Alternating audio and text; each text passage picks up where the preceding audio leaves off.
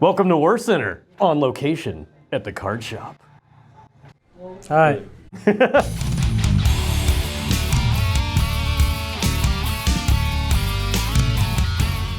right, so today we have a very special game for you. I'm going to be playing Hallow Heart, and that's not special. I'm, just endless spells and elves and all that. But you are bringing what now?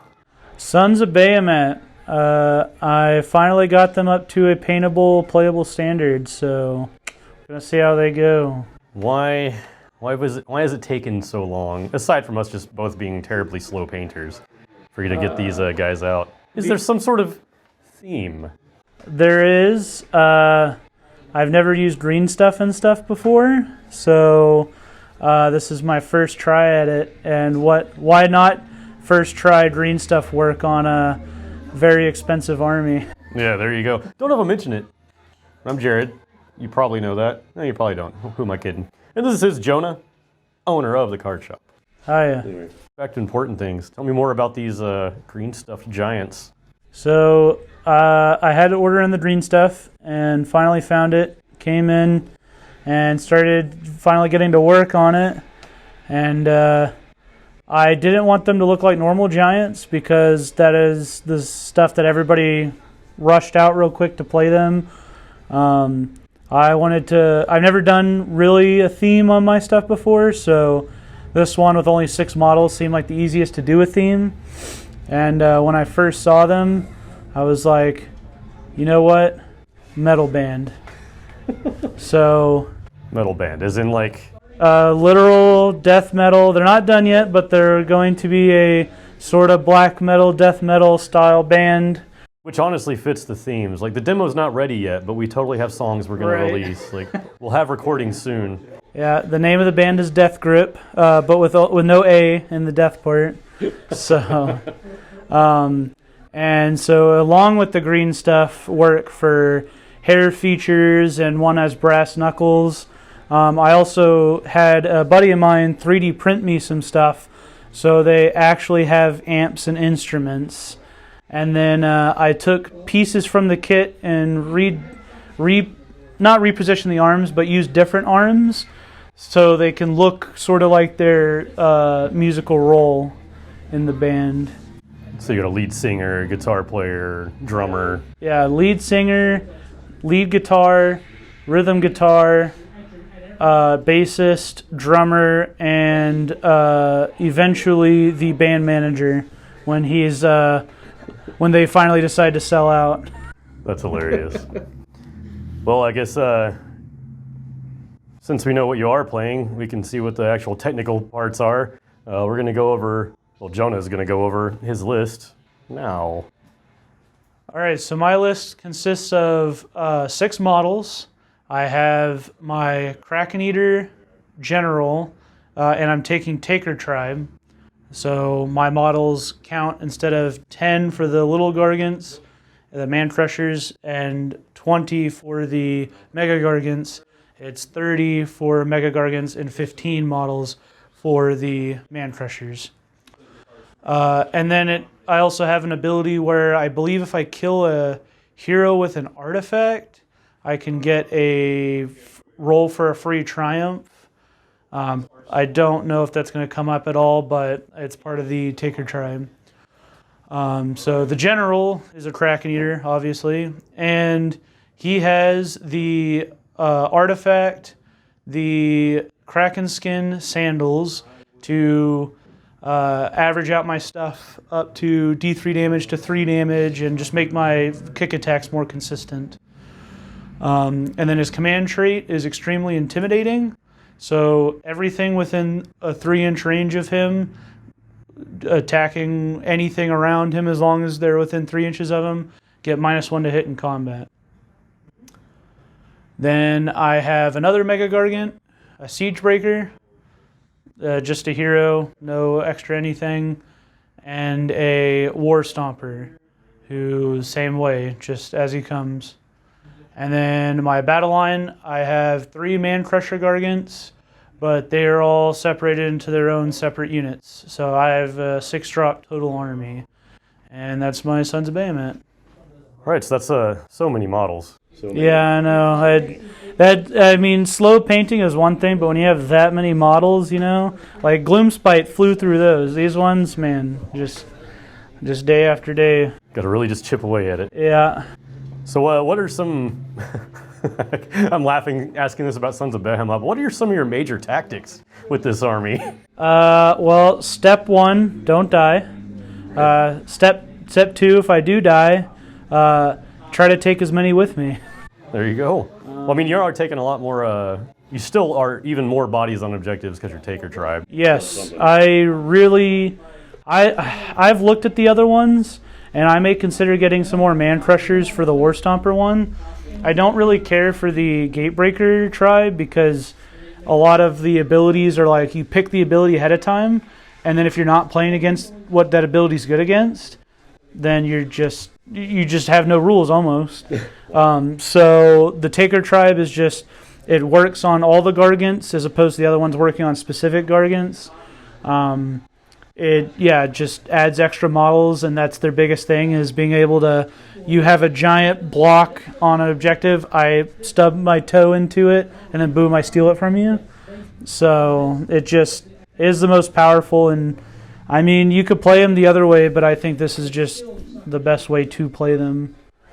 So it's pretty simple, just get on objectives and stay on objectives. Yeah, stay on objectives. They don't run away, they tactical retreat.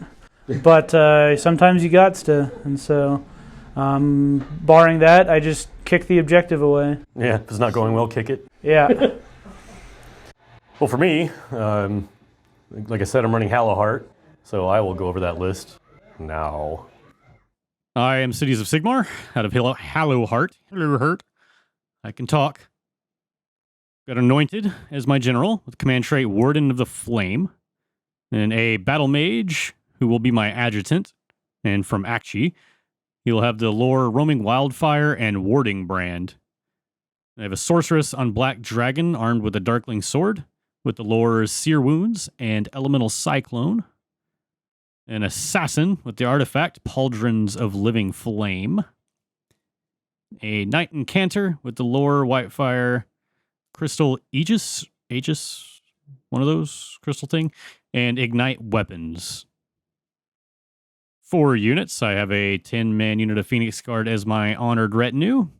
And I like them so much, I brought 3 more 10-man units of Phoenix Guard. Then a 10-man unit of Shadow Warriors. A 6-man unit of Vanguard Raptors with long strike crossbows. And 3 endless spells. The Purple Sun of Shaiish, the Everblaze Comet, and Emerald Life Swarm. All right, so there we are. And more elves, I know, shocking on this channel. Biggest tactic for this army is just getting my endless spells out early and just making sure they're always on the board, just to constantly make the double turn decision a big sweat.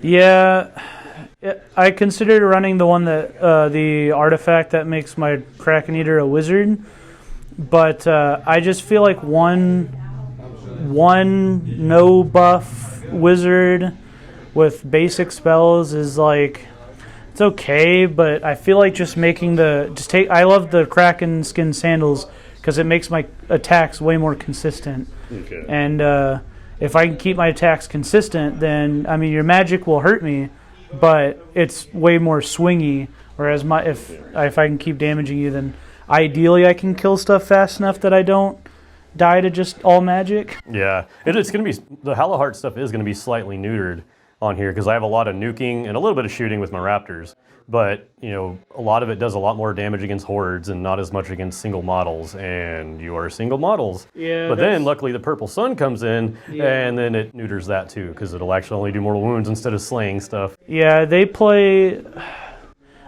so weird. I've only got to play them once or twice, but what was it? I played Knights in 40k, and so when they came out with Sons of Behemat, I was like, oh, it plays similar to that.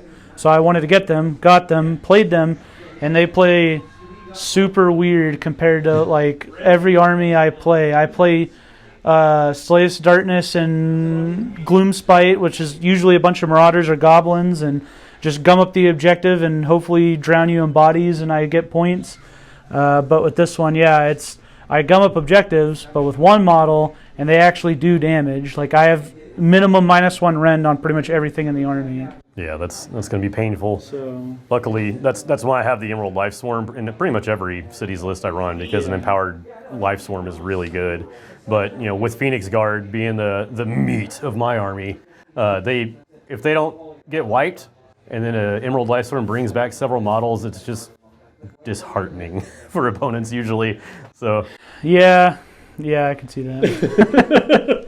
So that's all it is I kind of just screen with my Phoenix Guard, try to keep them alive, and try to nuke with spells in the back line. And then after I've gotten a turn, possibly 2 of good spell casting with Arcane Channeling, I'll just run my dragon forward after that and be like, all right, go cast your spells and breathe your fire and do your fighting. But that's all been against anything but Gargants.